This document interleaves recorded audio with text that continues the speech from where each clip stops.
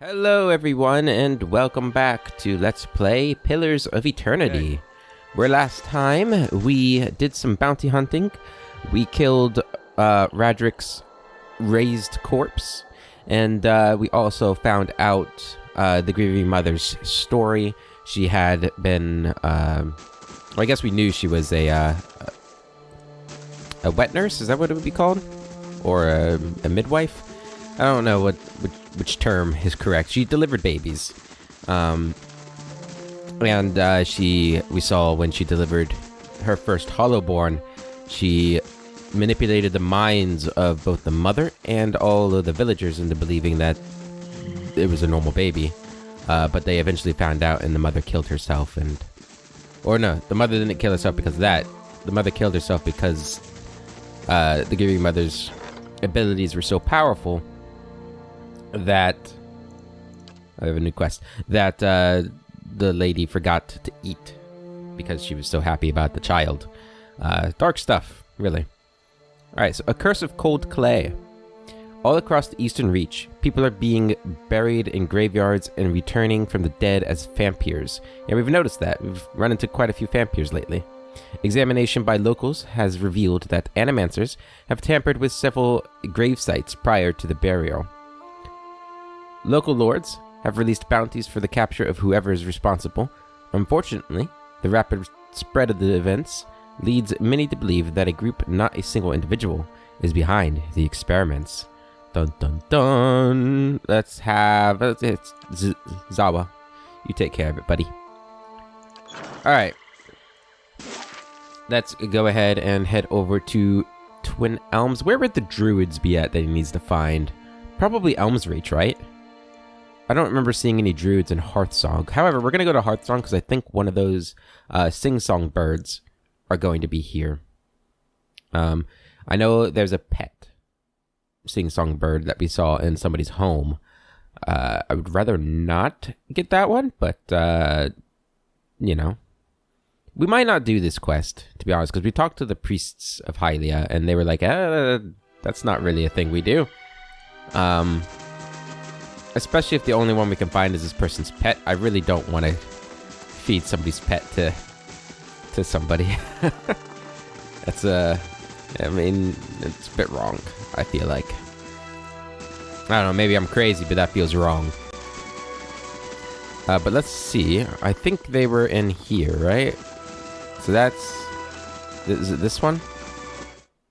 Might have been this one. Let's find out. Hope you guys are all doing all right today. It's a pretty overcast day where I'm at right now. I like the overcast days, though. Were you the president of the Sing-Song Bird? Delum sent me to collect a rare songbird. Or to collect rare songbirds. She stares at you blankly for a moment before shaking her head. That fop Delum sent you? No, absolutely not. Eating my beloved pet won't grant that fool musical prowess. The only thing he'll get is an upset stomach and the pain of passing a beak. She folds her arms and frowns. There's a forest full of birds. Mine's not for sale. I agree. Killing your bird seems unnecessary. I will look elsewhere. Why would Delum believe that eating birds will help? Animals aren't ours to cage. I don't think you or Delum should have it. The bird should be free. Such a fragile little thing. Perhaps I should tear it down the middle and give half to Delum and half to you. Jeez, it's not. I mean, I agree. Her face turns flush as she smiles. I'm relieved you see it my way. How would you like it if someone demanded your cherished pet as a snack? Yeah, nobody's getting console hot from me. Trying to eat my console hot skull. I was about to say head. That would be probably not the right phrase to use in that situation.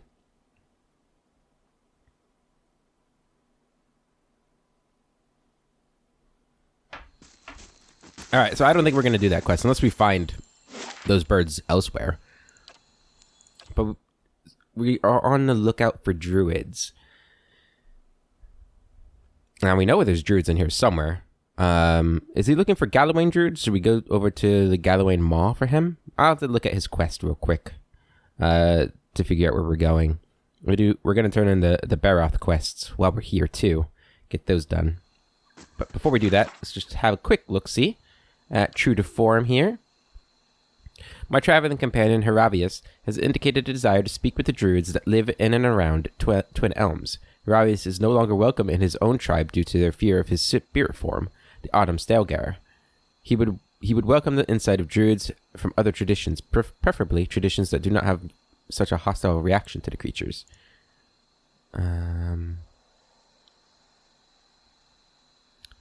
The Autumn Stelgaer. So these guys seem like they might like... Oh. Nice of you to say that. I was on the road alone for years, and I'm happy to have company for a change. No. My part of the country has a saying about Orlans. Face of skin, let him in. Face of hair, best beware. But you're more like a skin-faced Orlan. Are you fucking kidding me? Well, my tribe has a saying, head of brunette, they're all set. Head of blonde says everything wrong. Wait, was that bad? I meant it as a compliment.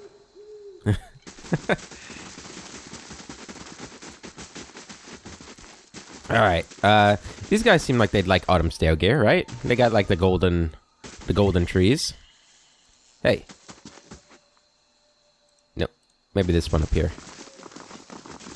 Hail, Estramor. Do you seek the wisdom of herbalists or simply to bask in Wertha's glory? What will the Ovades do now that Arona is gone? She lowers her head. That's unclear. Arona's passing has shown us the perils of leadership, even when authority is as benevolent as hers. She looks on at the kith gathering in the grove.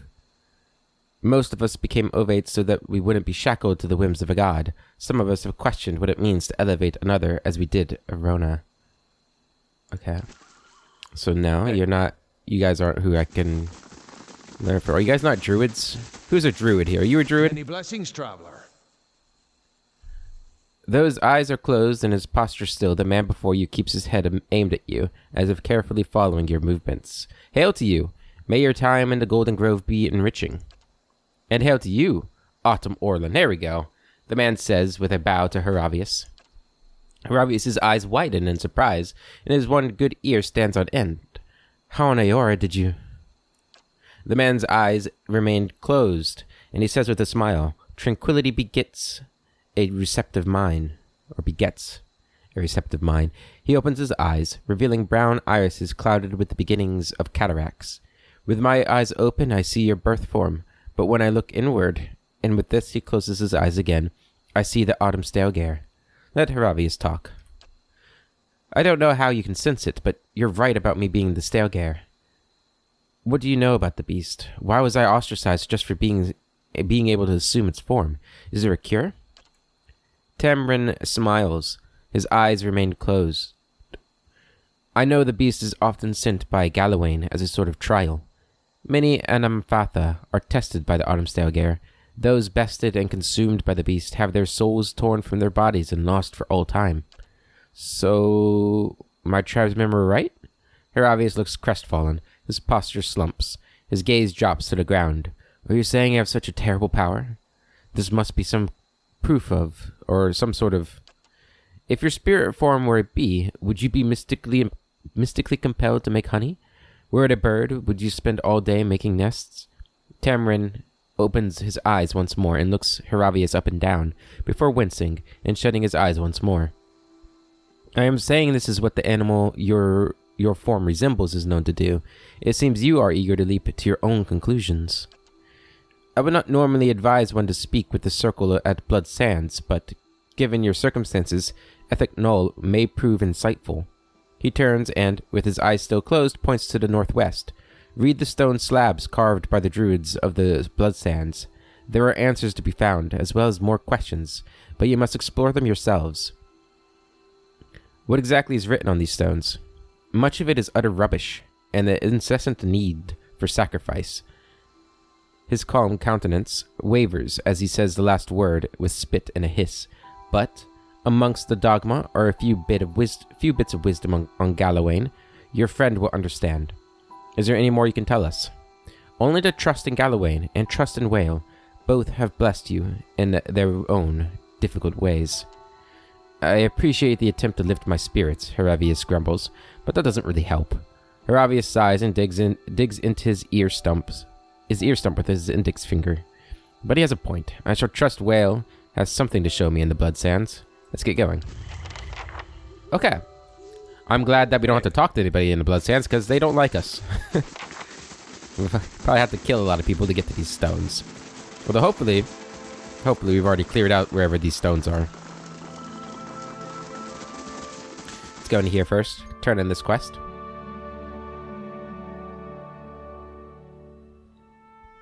A quick chat with Bereth, and we'll be on our way. You know, as you do. You just hop in, talk to God, hop out.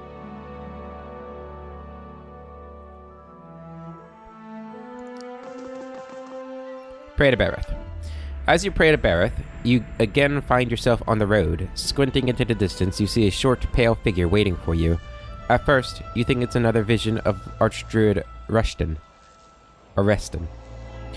But then you notice the figure's skeletal frame and rictus grin. He stands in front of another skull gate, but the way leads down, not onward. He beckons for you to approach. That must be the usher. Alice's voice is low. Behind you is a woman, her skin milk pale against her black hair. She wears a suit of armor, so dark it seems to suck the light from the stars. The road winds up a mountain behind her. A toll, traveler. She holds out a hand. And the Pallid Knight. Pay the Pallid Knight. You drop a few coppers into her hand, and she closes her fist around the coins. You instantly feel a small weight added to your purse. The lord of this road demands a toll of all, but he lends generously that all might travel his road again. Behind her, the usher grins his lipless smile and waits. The road bores into the mountain, and you find yourself in a gigantic cavern. The ceiling curves up and away, and it's dotted with moisture. At this distance, the shining beads look like stars, clustered and scattered in constellations.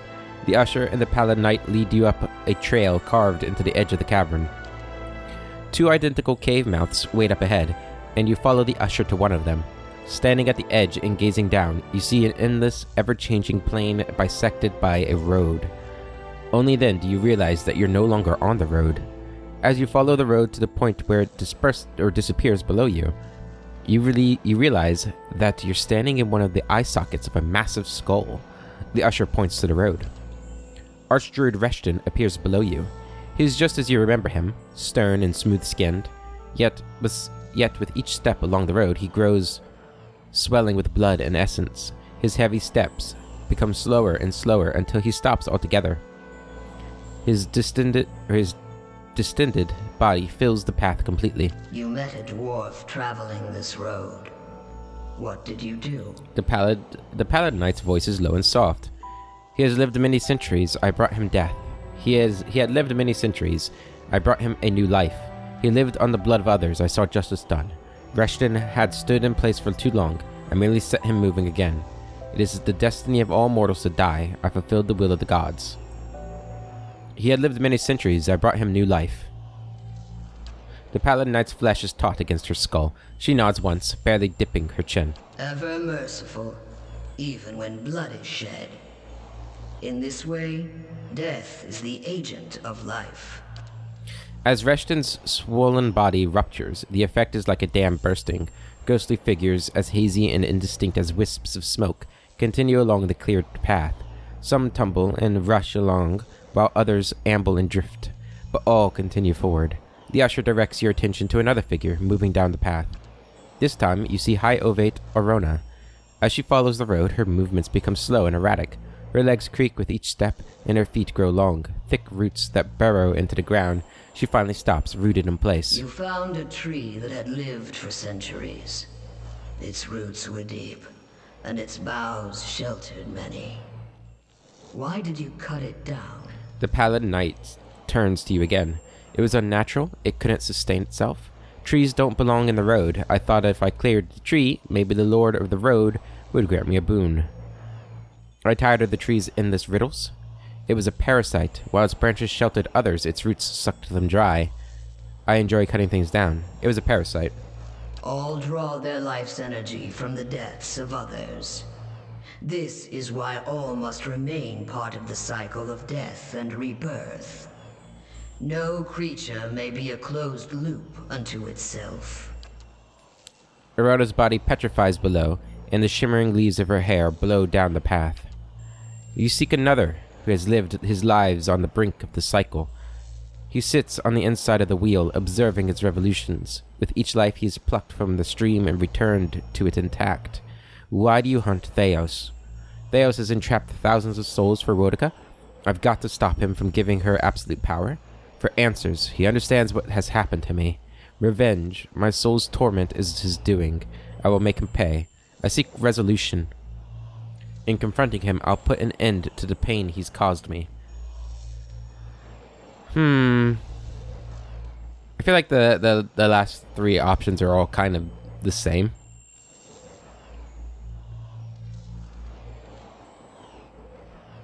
And I think all these answers are true. Again, I feel like this has happened often in this game, where like all the choices are technically true. I feel like none of them are like, nah, that's not anything Klessi would feel. Maybe number 3 isn't. I don't think she's after revenge. I don't think it's ever been her goal to make him pay for her awakening. Mainly because I don't think he meant to do it. I think it was just an accident. I put an end to the pain he caused me. I do like that one, but I don't know if that's the primary reason she's doing this. I think that's definitely a reason. Same with number 2. But no, I think the primary reason she's doing this now is because of all the souls he's trapped. So number 1. If you know this much, then another god has already spoken with you and given you half of the answer. Theos serves Rodica. She desires an escape from her own cycle, power without decline. Theos has removed thousands of souls from the cycle so that their essence might empower her. The black depths of her eyes threaten to swallow you. You must stop him, and you must return them to the cycle. What end would it serve to send the souls back to the cycle? I don't see what this has to do with me. Why does Rodica even need Theos' help? And why do you need mine, for that matter? What end would it serve? Attending to these souls is a question of stability, Watcher, of maintaining the natural order of the world and the ebb and flow of essence. Couldn't they be returned to Hollowborn? As battered, burdened things, do you mix soured wine with fresh? The kindness you seek lies in giving them a new beginning, not in shackling them to this life. If Theos has meddled with these souls, perhaps it would be better to destroy them. The cycle is merciless, but it is not wasteful. Time and the endless procession of rebirths eventually grind souls into dust, but until then, they must pass from the world and return to it. Their continuing movement advances the cycle. Cycles are changeless and monotonous. Surely there's a better alternative. The illusion of revolution? It is merely part of another cycle, and a painful one. True change has structure, geometry. It is the product of cycles within cycles, 1,000 gears spinning and moving the universe by degrees. What's wrong with Rodica seizing this power? The cycle of Kith is a thing of balance. Likewise is the cycle of gods. We rise and fall in the favor of mortals, only to fall and rise again. But Rodica seeks the power to place herself outside this cycle. She would root herself and grow to the detriment of others. The usher silently gestures to the road, where a broken tree and a husk of flesh are still visible. I think I understand what you're telling me. The usher gestures to the road and the starry expanse beyond, while the pallid night speaks. I only show you the motion of the universe, Watcher. I must go. I see what this has to do with me. She wants it, or they, I guess, want us to return the souls when the time comes. Why does Rodica even need Theos' help? We know that too. The gods have a pact that they don't get involved. They need mortal champions to do so, and I suppose if they broke that pact, then, all hell would break loose, I guess. I must go to Sun and Shadow now. Let's see what she says for number 3. The gods guide souls through the cycle of death and rebirth, but Aora is the domain of mortals. We stand aside, weights and counterweights. Were one to alter the tide of Kith, all would follow. We would tip this world from its axis. That is why Woedica directs a mortal to do her bidding, and why any who would stop Theos must be mortal as well. I must go to Sun and Shadow now. No mortal can survive the descent into the pit. But there are souls on the burial isle that are pledged to me. I will grant them to you, and they shall bear you down safely, as well as light the way beyond. A multitude appears at the other end of the road, raising their voices and kicking up dust as they make their way toward you. Ooh, achievement. Completed all of the god assessment quests. Appeasement quests. Nice. Return them to the Cycle Watcher. Promise that you will, and I shall give you power befitting a champion of death. The Paladin Knight raises a finger. Accept my favor, however, and I will demand this decision as your due. I collect from all mortals in time. I need to think about this. Do not delay long, Watcher. What Theos seeks to do cannot be undone, even by the turning of the wheel. The usher points behind you. When you turn, you find yourself again standing in Tir Evron. Alright. So that is all of the god quests. So we just have... So we're not doing this quest. We're not doing Songs of the Wild. And we cannot do a Farmer's Plight. I suppose we could go try this again and see if it's fixed itself. Maybe. So we just had to do Heravius' quest and Durance's quest. And then the bounties. Turn those in. And then we do our reading session. Hey. And then we go and kill Theos. Easy. Game over. I do like Barrett's... I think Barrett's sort of solution is probably objectively the best solution. If you think things were working as intended or in a good way prior to Theos. I suppose if you don't think the reincarnation of the soul thing was a good thing, then maybe you disagree with that statement, but do know. Alright, let's go help Heravius. Hopefully that wasn't the stone that we just saw there. I didn't see any options for it, but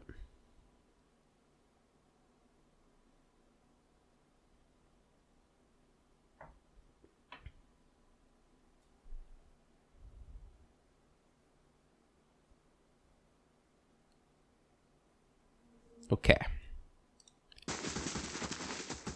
Maybe these are the stones right here. Essence taken by force may sustain... Upon Burial Isle, the two men meet again for the first time, though it was the last thing they did.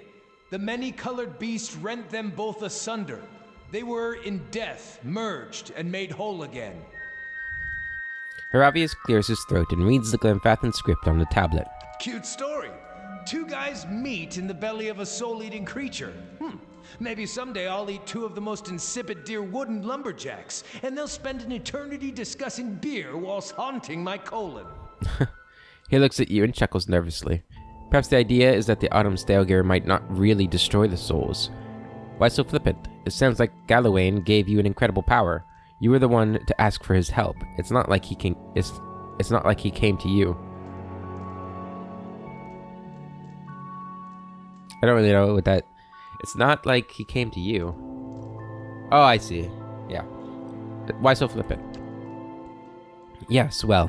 He stares at you for a long moment. Heravius stares at you longer still, his chin resting in his hand. Fine, fine. You make a good point, I guess. I guess I've been mad about the details.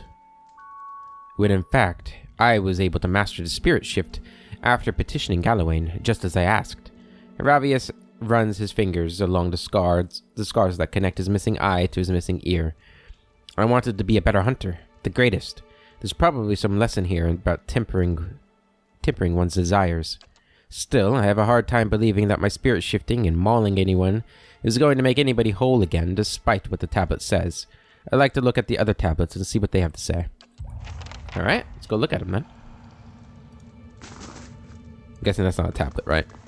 No. No, we'll take that though. Hey. Alright, so we gotta find the other tablets. So let's go through where we've already cleared out everybody. You know, try and kill as few people as possible. And maybe they won't be attacking us anymore. That would be nice. Take those lockpicks. Why not? I guess I'll unlock this too. There, done. Okay, well. Sorry, guys. You're all gonna have to die, I guess.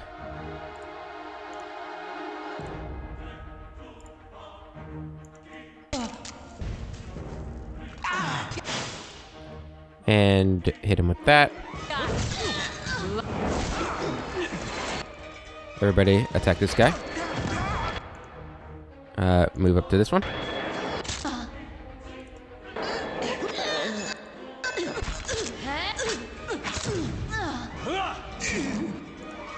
Kill the keeper. Kill the keeper. Good. Alright. Yep, there's a tablet right there, it looks like, so. You guys did need to die, unfortunately. Suppose it would have been different if I came here before I did, that quest, huh? The blood of sacrifices. As souls split into multitudes, many lives come from one. The truest of power comes from sacrificing the shard to return its strength to the Mother Stone. Heravius says with dramatic gusto as he reads the Glenfathan runes from the tablet. The many lives from one sounds familiar. I was taught that sometimes between death and rebirth, a soul splits perfectly in two, creating two viable souls from one. Sounds strange, but it makes sense when you think about how the population has risen in generations. It's kind of a mathematical necessity that some process like this is happening.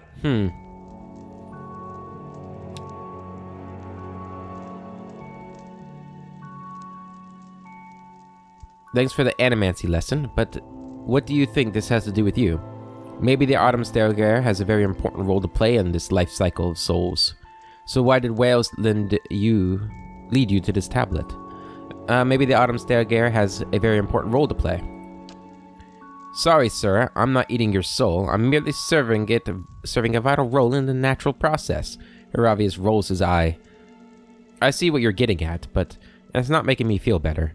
Fungus that grows on shit has an important role in the natural order. That wouldn't make me thrilled to shapeshift into a shit blossom. I just can't shake the fear that I'm the shard and my destiny is to be fed to something greater. Heravius stares at you, wide-eyed and silent for several moments. Guess worrying won't do me any good. Let's read those other tablets. Alright. Let's go find some more tablets. Were there any up here? No. Up here's one. Each generation, the Anumfoth must stand before the autumnal beast in judgment. The wise endure, passing on their strength. The weak are eaten, their souls ripped to pieces and lost for all time, removing such weakness from the cycle. Heravius reads from the Glenfathan text. Heravius coughs uncomfortably and continues. Well, I guess maybe my tribe wasn't entirely wrong about my spirit form being some sort of soul terror.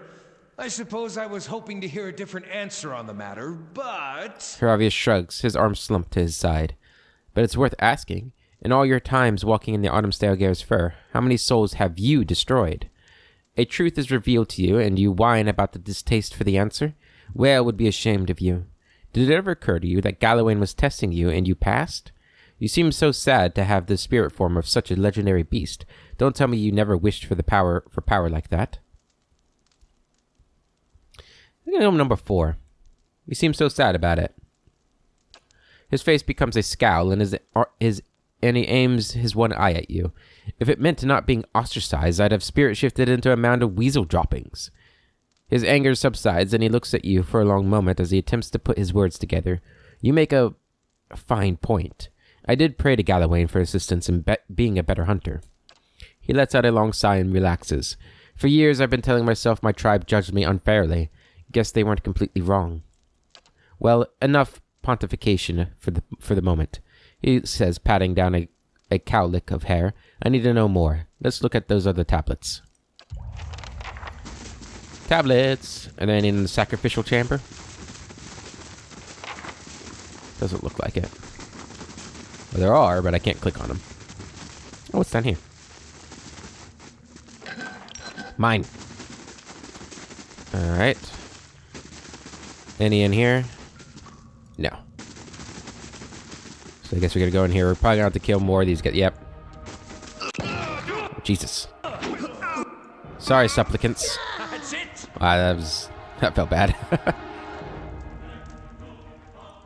Although they should really learn to flee at my presence.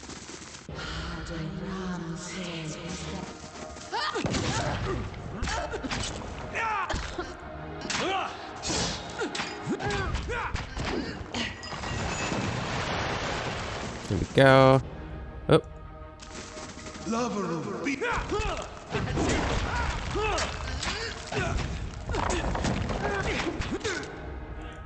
Kill it. Come on, guys, you can kill it. There we go. Everybody on the keeper.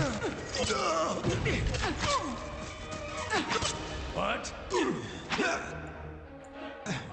All right. There's another tablet. Probably don't have too many more left, I think. All right, then.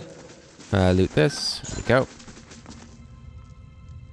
Is not the water sacrificed unto the plant, and the plant sacrificed unto livestock, and livestock unto man? When the lesser soul is sacrificed to strengthen the greater soul, the whole of our family grows stronger. Heravius skims over the Glenfathan script, clears his throat, and reads aloud. I suppose I get the argument. We all have to kill and eat, constantly for that matter, to live. This sounds like it's talking about the Blood Sands rituals. I wonder how, or even if, this is relevant to me. He looks at you with furrowed brow. You wear an eye patch of whale. I thought you were supposed to love cryptic information like this. Have you considered that the Autumn Stelgaer may have been sacrificed to you? That Galloway was making you stronger?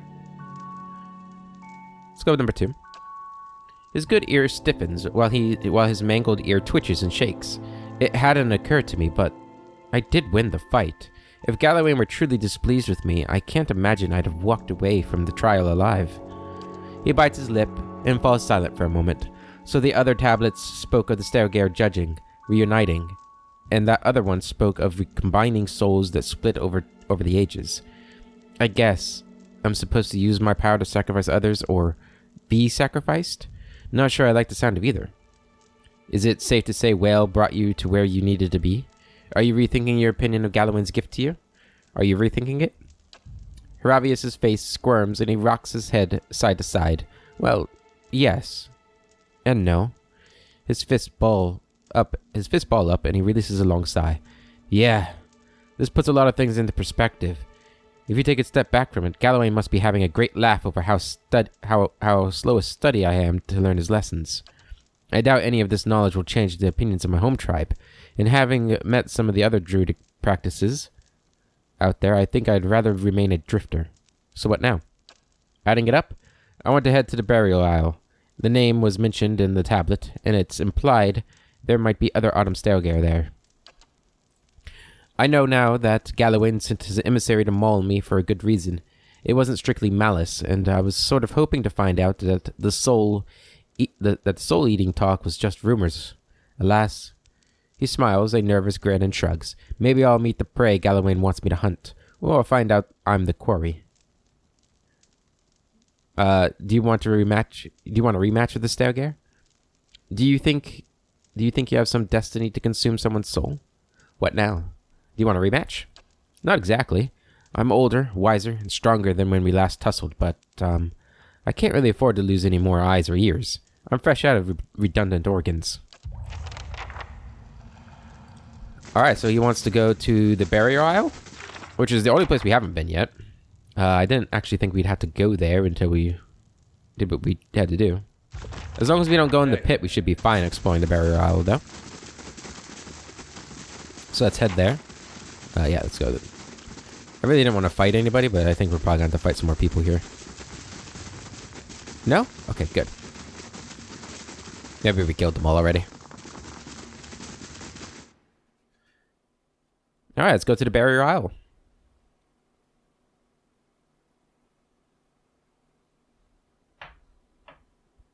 The final locale.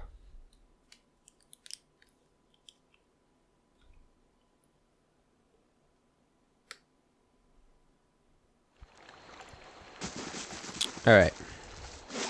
Let's go down here.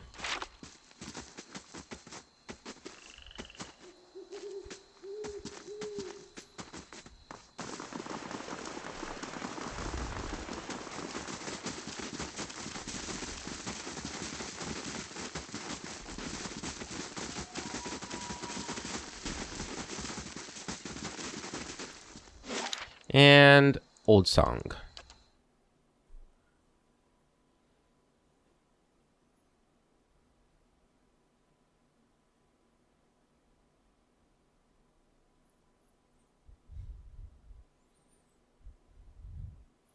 Items like grappling hooks and hammer and chisel sets are always consumed when they are used. I'm guessing is what it's So, saying. Alaf, have you ever woken up to find the night? I don't think I understand you. And I'm not sure I want to. Well, I've found that if I go to sleep hungry enough, I wake up covered in blood and delightfully full. Good to know. Let's not sleep next to Heravius. Alright. The burial isle. Food items cannot be used in combat, but can provide bonuses over a long period of time. You just stay away from any pits and we'll be fine. Don't accidentally fall into pits. Hello? Derval greets you with the same quiet smile. Have you finished your business here? Nope, I have not. Troubled spirits surround us. Yeah. Hello? Do you remember when we were children, and the missionaries came to tell us about the gods? They told us we could see them in the stars. Eovara looks off in the distance at something only she can see. And we snuck out one night and climbed the watchtower in the old fort because we thought we could see them better from up there. That fort burned down a few years ago when we cast the missionaries out. It was the missionaries who set fire to it. They didn't want us to be able to use it. Shame. There was history in that fort. I miss those days too. Lie. It was an exciting time. Everything full of promise. She looks at you. This is your home as much as it is mine. Do you worry about it? It's been through worse. I worry about you. Our being here puts Kratom at risk. Our being here puts Kratom at risk. I wish I could say I thought otherwise, but hearing someone else say it helps settle some things in my mind. I miscalculated. I miscalculated many things since this began. I'm relieved you weren't one of them. It's a good thing we didn't hang you. I always knew this path would have consequences, but I never wanted to see Kratom suffer on my behalf. She looks off again. I don't think I can stay here any longer. I am told the Inquisition is gathering an army, that they have sent messengers to bargain with rulers from distant lands. Kratom is not built to withstand a siege. If war is coming, I should be doing what Theos is doing. I will need allies. Allies on a stronghold that can resist an invading army. You can feel words formed long ago rising in your throat like a toxic black bile. Have you thought about Oceanus? Oceanus. They have held off many would-be invaders, and their king has no love of the Inquisition's faith. I wonder, would he listen? We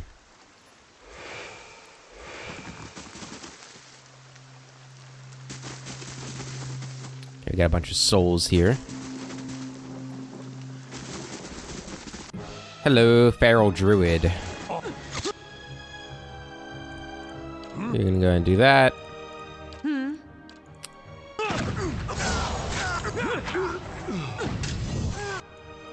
Everybody on this specter here. Good. Kill the shades. You can go ahead and start doing these.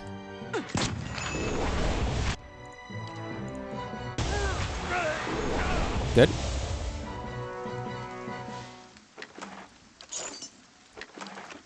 Oh, hello. That was foolish of that spirit. I don't know if we should be looting this place, to be honest. I mean, it's a burial site, right? It seems kind of disrespectful. Although I'm sure they won't mind me taking the spring berries.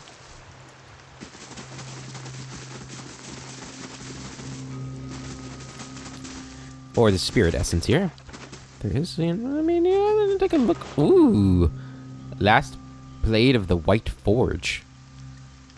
The famed White Forge of Durgan's Battery produced some of the greatest weapons and pieces of armor known in the Eastern Reach. The White Forge's dwarven smiths carefully guarded the secret techniques they used to craft Durgan's steel, legendary for its strength, flexibility, and ability to hold sharp edge. When Durgan's Battery was overrun by an unknown force, the fires of the White Forge went dark, and the secrets of Durgan's steel died with its smiths. The owner of this sword was an Orlan from Twin Elms who claimed he found the naked blade near the skeleton of a dwarf in the foothills near Stalwart.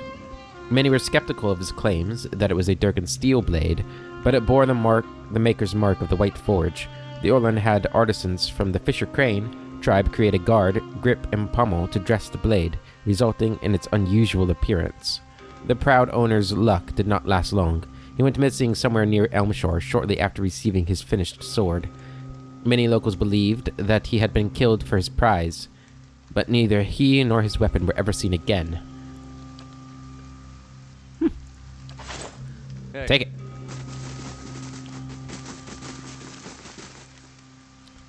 Another body there.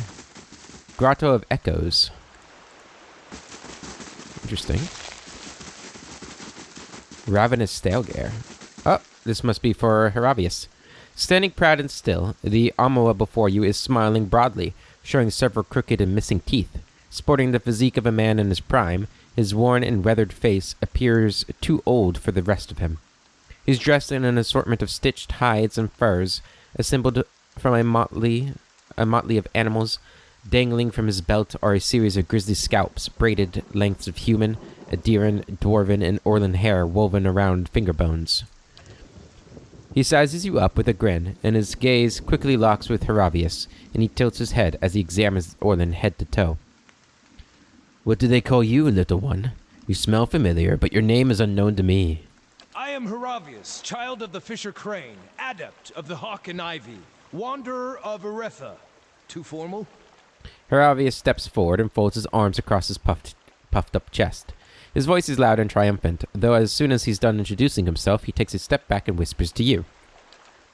The man ahead of you clears his throat. A feline rumble comes from his chest, and for a moment his hair stands perfectly on end. Heravius. Fitting. He holds out his right hand and flexes his fingers. Long black talons sprout from under filth-encrusted fingernails. He rolls his head back and inhales deeply, sighing with a smile at some perceived scent. Needed to bring friends with you? Remain silent, but watch them both. You allow your eyes to relax until your mind is attuned to the invisible hum of souls. The Amoa projects a dizzying display of red, gold, and orange. Autumn halos surround his massive form. Where his feet touch the ground, you see a network of roots and vines that trail from his feet and sink deep into the earth. Turning to Heravius, you see a glowing root emerge from his feet, appearing as mirror images to the tendrils radiating from Scathden. These roots of soul energy meet between the two men, and then snake deep into the earth in one twisting root. You sense that these men have distinct souls, but only one shared past. The two men are a splayed fork in an otherwise unbroken line. The two of you share the same past, though you carry distinct souls. A shared past. Scathden scratches a patch of fur on his cheek. An inelegant analogy. Who I was in my last life was diminished in my cycle of rebirth, squandered so that this runt could have life. Runt? Heravius' brow furrows and he clenches his fist so tightly you hear a cacophony of cracking finger joints. And it's not your soul? It's not exactly. His anger falters as he stumbles over his thoughts. Were you visited by the Autumn Stelgaer? Visited? Tested? Forged? That would be the way to view it. Scathden looks at Heravius with a sneer. I previously thought it was a marked distinction, but apparently even a half-height half-man can manage the task. Takes away some of the glory, does it not? Half-man? Heravius glares back, his good eye twitching and his fur standing on end. That's some really tough talk coming from a man about to choke on his own blood. What do you want from Heravius? Same as he wants from me, no doubt. Completion. He exhales slowly. eyes Heravius as his nostrils flare. Galawain gifted us both with the stripes of a true predator. It is our purpose to erase the weak, ensuring only the strong proliferate. He mashes his fists together with a meaty thud. We must honor our god. He looks at Heravius' eye patch and shakes his head. My god. By doing as the hound demands. Let us determine who bears the right to be Galawain's harbinger. Heravius, is this what you want? Heravius growls, his fur bristles, and for a moment shines with luminescent tendrils of yellow and orange. I asked to be a hunter. A regular hunter that gets invited to chase down dinner and eat its neck. I didn't ask for this. You asked Galawain for strength. In your anger you got more than you wanted? I suppose you're right. His face turns red at your comment, and he looks down at his feet. I lacked strength, and I asked Galawain for help. And the lesson he taught? Don't ask. Take. His hands dart about his tunic and retrieves his rusted iron hound amulet from the recesses of his pockets. I was mad at Galawain. I should have been mad at myself. I was gifted with power, great power, and I simply squandered my energy resenting the cost of that gift. Losing contact with my tribe was the price I had to pay for demanding power. He runs his thumb across the embossed metal icon of Galawain, his nail scraping aside a decade of rust and muck. My watcher friend. His voice is low, almost rumbling. I need to settle this matter. And with that, he leaps towards Scathedon. Alright, let's settle it then. Go ahead, interdict. Yes? Oop, not that one. Why is he not doing his thing? Do your thing, buddy. You're gonna go ahead and do this. And then do that. Aye? Is that... what's going on? Okay, there we go. Do it again. Go ahead and do this. And you can do this. Okay. Do this. Good. Everybody on this guy. There we go. Good job, Heravius. Hey. Heravius pants and wheezes, his one good eye locked on Scathedon's corpse. Blood and sweat drip down his fur, and he rocks back and forth on the balls of his feet, as though expecting the body to stand back up. Examine Scathedon's corpse. As your eyes relax and your vision adjusts to the hum of the invisible, you see a swirling pile of red, orange, and yellow leaves. The cyclone of foliage flies apart, and the leaves drift off into parts unknown. As Scathedon's essence fades from view, you see a handful of autumn leaves circle about Heravius as his soul glows a bolder shade of orange. How do you feel? Excellent. I endured Galawain's trial and vanquished my equal. The only thing I regret now are the years I wasted viewing this whole thing as a curse. The ostracism was, no doubt, just another way of Galawain forcing me to be stronger. Heravius slowly nods and smiles. He says after a long pause. Excellent, he says after a long pause. He paces several times around Scathedon, his gait proud and relaxed. Are we done here? Almost. We thank thee, Galawain, for guiding our hunt. For today we grow strong off the flesh of the weaker.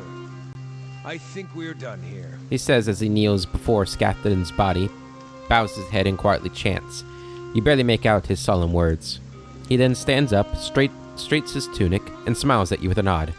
Before the vultures get to him, figured I should take a reminder. As he starts to walk away, he abruptly whirls on his feet, muttering.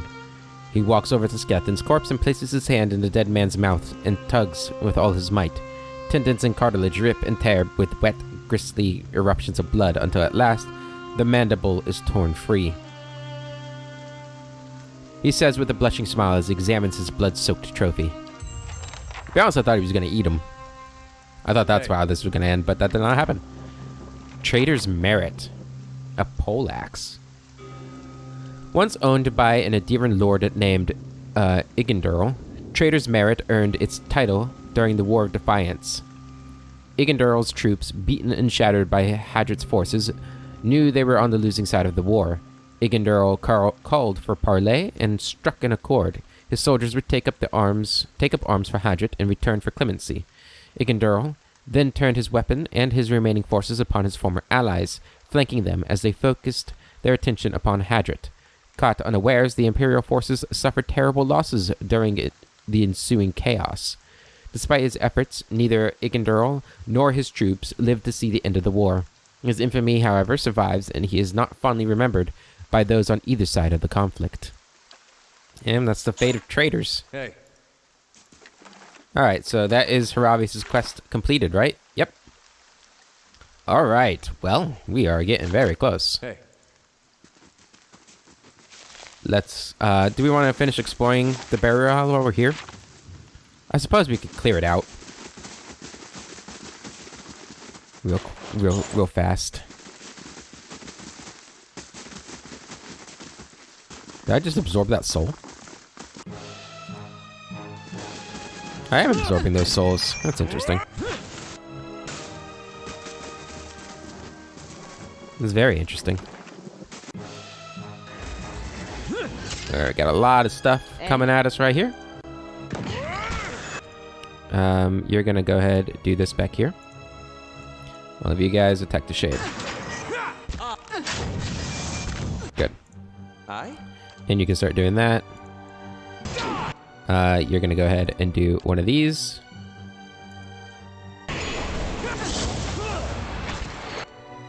Alright, good. All of you on this guy. Good, and then finish the Spectre off. Yeah, we destroy vessels. Vessels stand no chance against this group right here. With both Durance and... Ooh! What was that? Let me see. Gwithin Adraban amulet. Plus 3 might. Of course. Pretty nifty.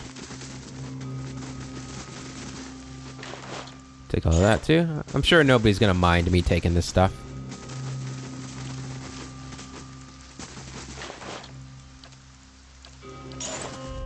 Oh, whoa. Well, that's not good. It's never a good thing to see.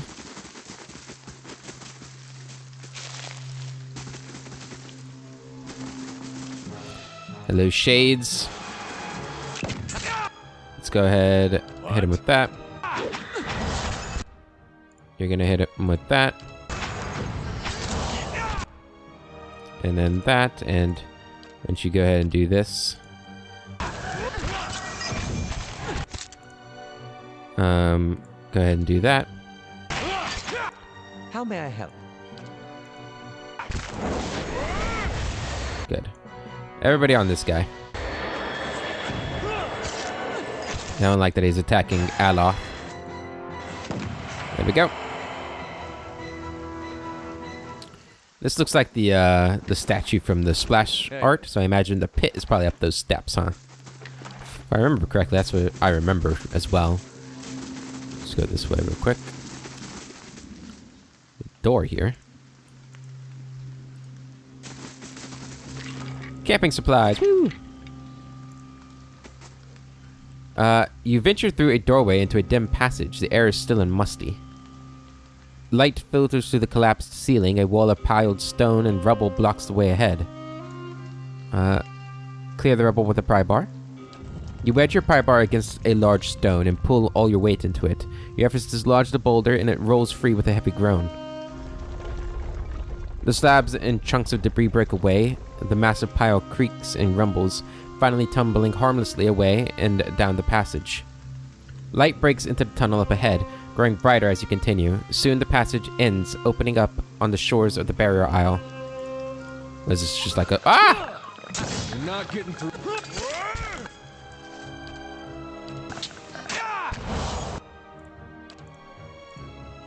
I was not expecting to find these guys here.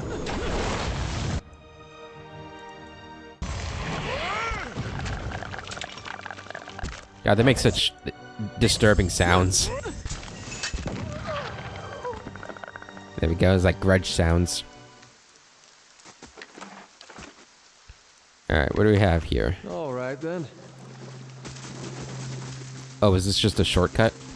Yeah, it looked like it's just a shortcut. Alright, let's go up this way then. Grab that.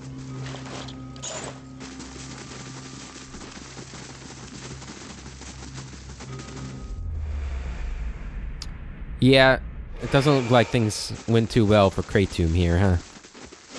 I think we've got just about all of it explored. Let's just go back up here. We'll take a peek at the pit.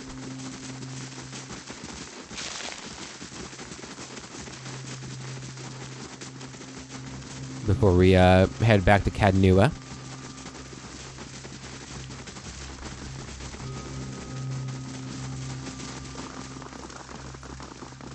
Look at this.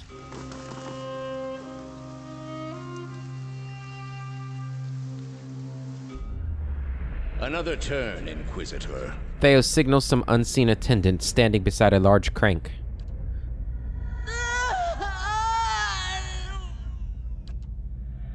I ask again, Jovara Ixensios, do you confess to these heresies of which you stand accused? He waits, but Ilvara only stares straight ahead, her face stony, the creak of her restraints the only sound. Do you confess to apostasy? I confess to renouncing a mistake. She opens her mouth to speak, strands of thin spittle spanning from one lip to the other like a spider's thread. Do you confess to conspiracy against the one true faith? I confess to opening minds. Do you confess to false prophecy? I confess to following a false prophet. Indeed. And where might we find this heretic? Theos pauses, his eyes narrow. He wears the robes of a Grand Inquisitor. You have no followers here, heretic. Your lies hold no sway in the court of the Penitence. Theos purses his lips. Only my truth, then. Eovara seems to look directly at you. Another turn. Theos nods to the Inquisitor at the crank.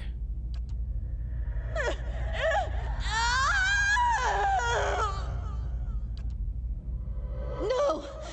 Wait! I'm ready. You are ready to give a confession? Theos signals the Inquisitor to hold. I'm ready to hear one from you. Eovara gasps for breath, gathered up what little strength she has left to speak. Theo shakes his head and points to the Inquisitor, and the scraping grind of the rusted gears echo in your mind as the apparitions fade away. Thanks. When you get to the bottom, holler up here. Let me know if it's safe. Will do. Every wrinkle and boil carved into Boudica's statue looks painfully familiar. Eee. Alright, well. Let's get out of here. We will be back pretty soon. We have a quest done here. Zawa traveled from Hangman's Abbey to the Bay of Crowns, investigating the various reports of vampire appearances. In each case, Zawa discovered that the grave sites had elaborate glass, copper, and odger devices buried around them. The distinctive intricacy of the devices was traced to a Valian dwarf that had been shunned for his unpleasant practices in Salona and Asanzi. When captured, the dwarf claimed his intent was not to create vampires, but to restore life. The vampires were created due to the dwarf's inability to solve a fundamental problem with his machinery. The incredible frequency of the dwarf's activity was not due to co-conspirators, but rather his extensive use of drugs that kept him awake and frantic for days on end. Once confronted, the dwarf put up no fight and allowed himself to be taken into custody. When Zawa left him, he was awaiting trial in Telenir. We got Remembrance of Life's Warmth. This curious device, created by a deranged dwarf animancer, has the ability to cast a druid spell, Guardian of Life. Nice.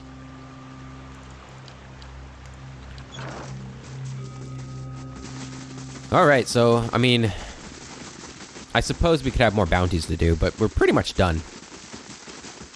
Let's go to Cadnua, turn in the bounties, see if we get any more, and then in the next episode, The reading episodes I'll probably make like bonus episodes. Like they'll come out the same days. Maybe. Have you finished your business? What do you know of the temple on the island? Dorval's lined face turns up toward the rest of the island and back to you. That is the court of the Penitence. It is a dreaded place, and one to be respected, as the gods must sometimes be feared, but always obeyed. I'm ready to return to Old Song. Come then, I will take us back. But yeah, the reading episodes are probably going to be bonus episodes. I'll release them probably in the mornings. I can't imagine there's going to be more than 2 hours worth of it. I really don't know how many books we have. I think we have 2 pages of books, but they shouldn't be that long. I don't know if they're going to be as long as... The cat's nose. How is it you failed to notice your rotten stench? Failed to notice? Hardly. I put work into smelling this way. I should have expected. I never know what sort of game is downwind.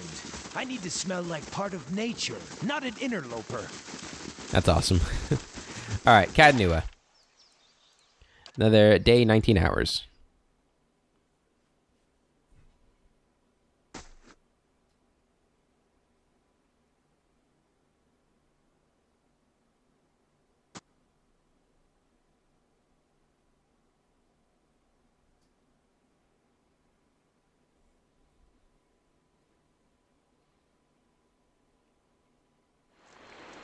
Not as beautiful as the Anguithan ruins near my home, but your fortress is impressive in its own little way.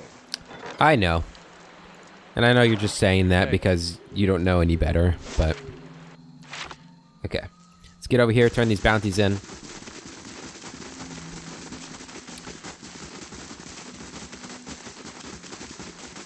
And then we'll head to the library. It's time. It's time to do some reading.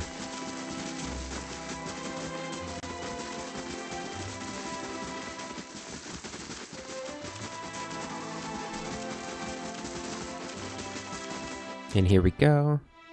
Hey buddy, we've got more bounty heads for you. Line the walls with all the heads of the criminals we take care of. So they're gonna name me Duke of the Deerwood here pretty soon if I keep this up.